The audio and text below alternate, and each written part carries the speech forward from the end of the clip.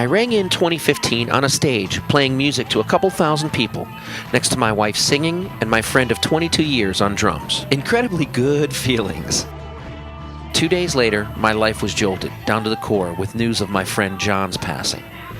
Very horrible feelings. I haven't slept much for the last 2 days, but I wanted to pay tribute in my way to John. Please forgive me if my recollection is a little Forrest Gump. I don't remember exact details, but the lessons I came away with stay forever. I first met John when we were in 5th grade. We were only about 10, but we both knew we were going to be friends. We lived within a mile of each other, which in the country meant neighbors, and we both had a penchant for trying new things together, because it was okay if John and I were both doing it. I'll never forget in the 8th grade, John had this idea to go to school with the shortest jean shorts we could wear. But he thought we'd get away with it because we wore tuxedo tops, shirt, tie, cummerbund, and tails, the whole shebang. His argument being, we were wearing ties, man. Wait, Principal Bast, we're overdressed. With the threat of being sent home, we finally put sweatpants on, but we had made our statement, man. John, at that moment, taught me to think outside the box. Well, we're moving on now. When we got to high school, it was a new world. Being freshmen was a scary prospect, but John had no problem trying new things. And he learned to work the background stuff, Here he's, like the water boy for the football team.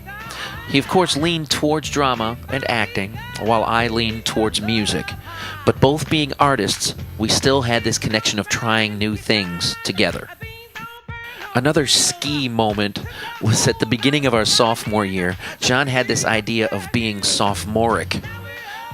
So let's sign up for every club we can. It'll be funny and sophomoric. What a genius. Come picture day, we had to borrow money from people to pay all the club dues we owed so we can get into all the pictures in the yearbook. And I ran out of money before he did, but damn, we got our pictures in that yearbook a lot. Little did I know at the time, but joining those clubs affected me to this day. I was even cast in a play in drama club the next year because he made me feel like part of this unwavering team. John, Danny, Pete, Jim, and myself. So by the time our senior year came, we would try anything. All those guys even helped be a part of my school's first male cheerleading squad that I put together in '83. Today it's no big deal, but in '83 it was pretty edgy, man. After graduation, I went on a musical journey, while he went more on a dramatic path. But we still hung out, talked, pondered, and dreamed. He stood up at my wedding, and I stood up at his wedding. We could go for years without hearing each other's voice. But when we got together, it was like we never parted. He made everyone feel that way. He and I would talk about each other's failures and successes like we were still in school together. He told me how he had to leave the woman he loved to pursue his acting career because he had to. I'm crying as I record this because that's what I'll miss most about him. That security of being able to communicate with him. I really enjoyed watching his acting career blossom because he was truly a talented person. But beyond that, he was a source of light.